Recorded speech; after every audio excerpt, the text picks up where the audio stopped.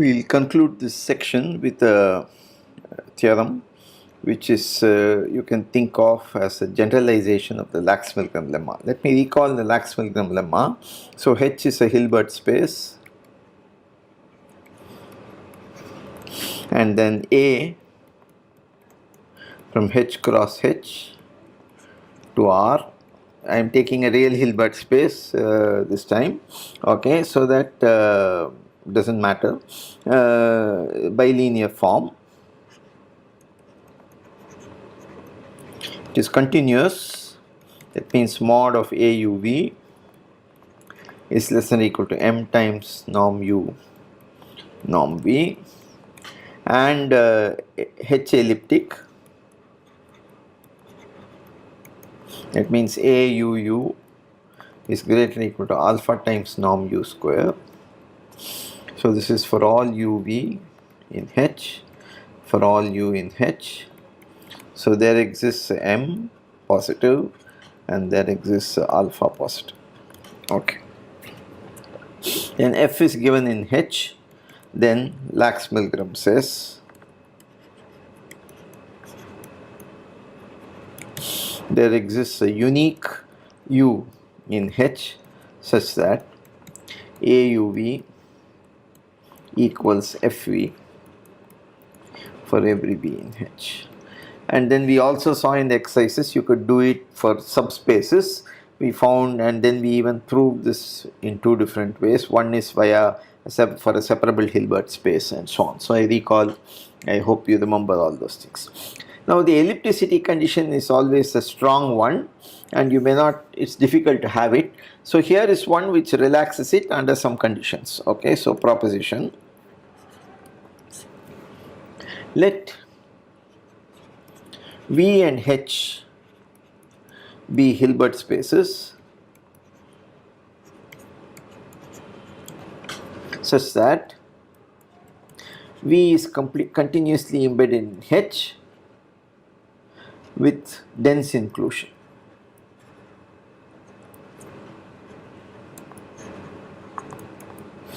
That means V is a subset of H, subspace of H. But the inclusion, the norm here, the inclusion map is continuous with respect to the respective norms, and then the V is a dense subspace of H in the H topology. Okay, let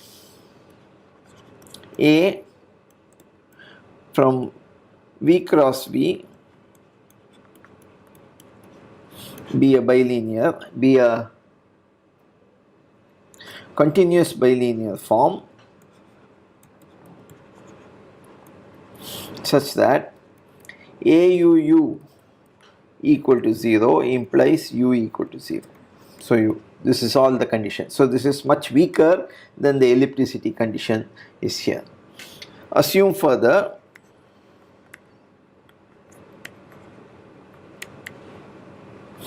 that there exists alpha greater than 0 and beta greater than 0 such that for every U in V we have every V in V, AVV is greater than or equal to alpha times norm V square, the norm in V, minus beta times norm V square in H. Okay, so there is a negative thing now, so this is not elliptic at all, there is something minus here, but this inequality is good enough. Let F belong to H be given. Then there exists a unique U in V such that AUV equals FV for every V in V. Okay, so this is the same conclusion as the Lax-Milgram theorem, but you now have, you don't have ellipticity, instead you have a compromise. You have a dense inclusion in under Hilbert space where you have an inequality of this form, and you also have that AUU equal to 0 implies U equal to 0. Okay, so proof. So consider the bilinear form A, capital A, from V cross V into R, given by A of VW equals AVW plus beta times VW, and this inner product is taken in H. Okay, so this FV inner product obviously is in H because F is given in H. Okay. Okay.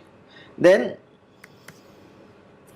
A is continuous. There's no problem there. A is continuous because mod AUV AVW is less or equal to norm M times norm V in V, norm W in V, plus beta times norm V in H, norm W in H, but that's less or equal to M times norm V in V, norm W in V, plus C times C square times beta, because norm in H is less than C times norm in V. Okay, norm V in V, norm W in V.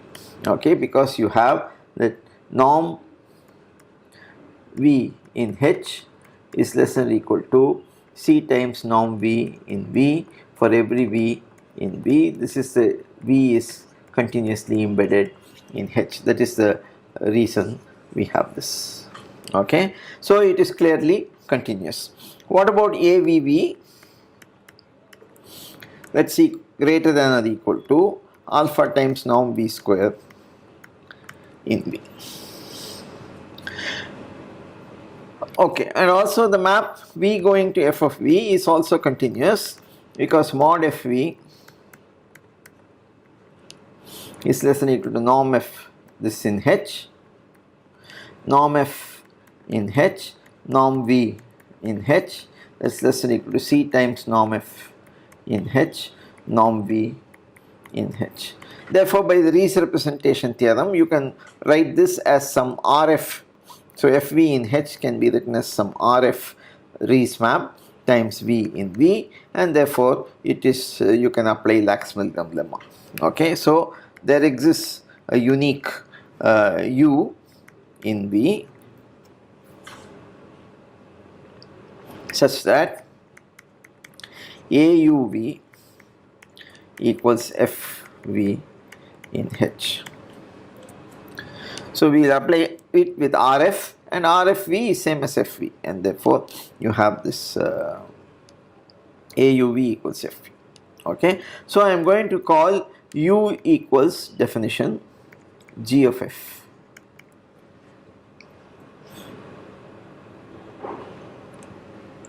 So alpha times norm V square in V is less than or equal to AVV equals FV, which is less than or equal to C times norm F in H. So this is in H, and norm V in V cancel 1. So therefore you get that norm U square, sorry, is AUU FU FU. So norm U in V is less than or equal to C by alpha times norm F in H. Therefore, this mapping G, which takes H to V, is continuous. So I forgot one important hypothesis. So assume further that this inclusion is compact. So the dense inclusion is dense and compact. So it's a linear operator between Hilbert spaces, the inclusion map, and that map is compact. Okay, so that's why this theorem comes in this chapter. So okay, so we can now compose. So H to V, you have a mapping G, and V is included in H, and this is compact. So this implies that G from H to H is compact. So now assume U is a solution of star.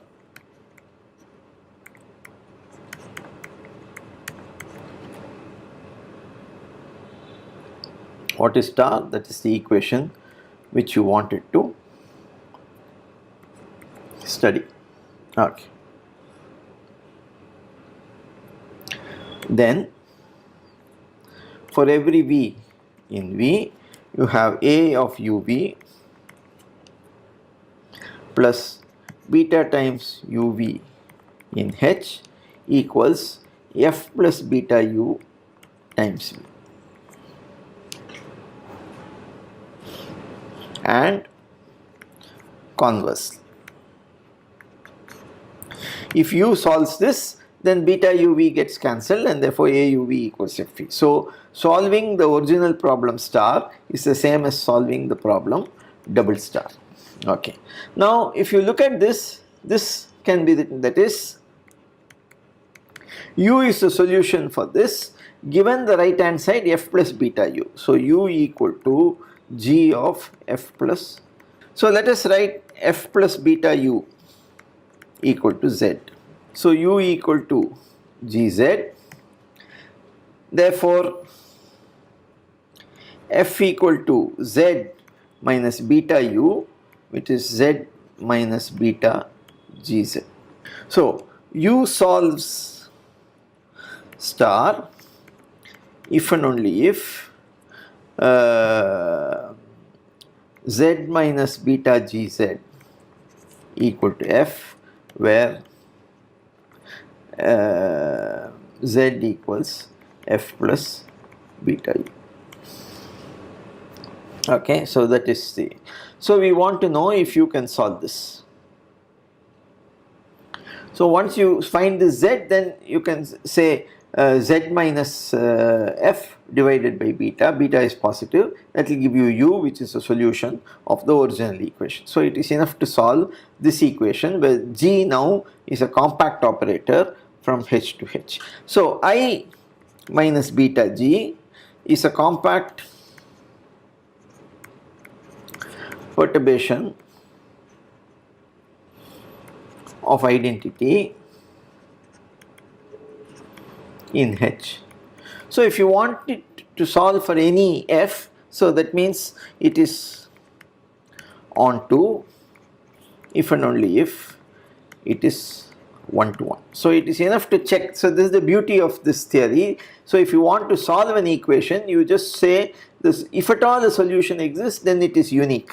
So the uniqueness implies the existence. So that is the nice thing about these results. In finite dimensions, that's always true.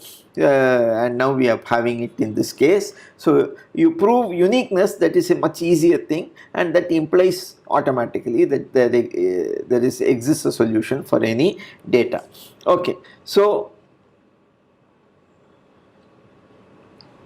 assume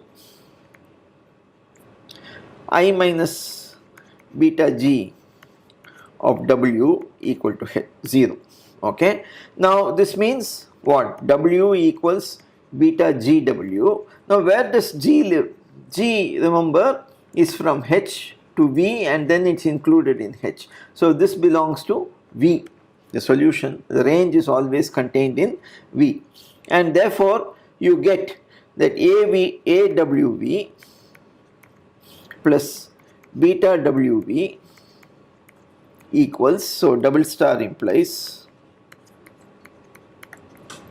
okay, this is for every V in V, okay,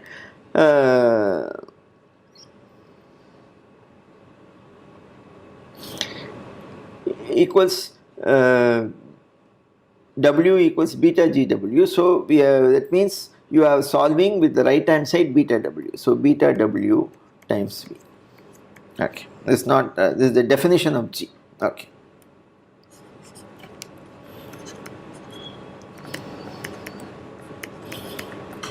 Okay, G is a linear map. So if you have right hand side beta W, then the solution of the corresponding equation with that is going to be equal to this, and all these inner products are in H. But then these two cancel out, so this implies that A of WV equal to 0 for every V in V. W is also in V.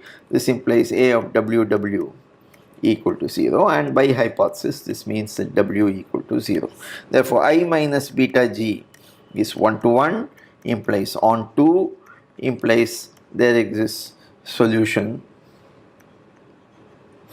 to double star and hence to star. Now uniqueness is obvious because if you have two solutions, A of U1V equals FV and A of U2V equals FV, then A of U1 minus U2 V equal to 0 for all V, and this implies that A of U1 minus U2, U1 minus U2 equal to 0, and therefore this implies that U1 has to be equal to U2. So you have a unique solution. Now this, the Lax-Milgram lemma is very useful, as I said, in studying the existence of weak solutions to elliptic partial differential equations, and so also this one. So the different kinds of boundary conditions will lead to problems which can be either posed as in the Lax-Milgram framework or in this framework, and therefore both these results are very useful in the study of PDEs. Okay.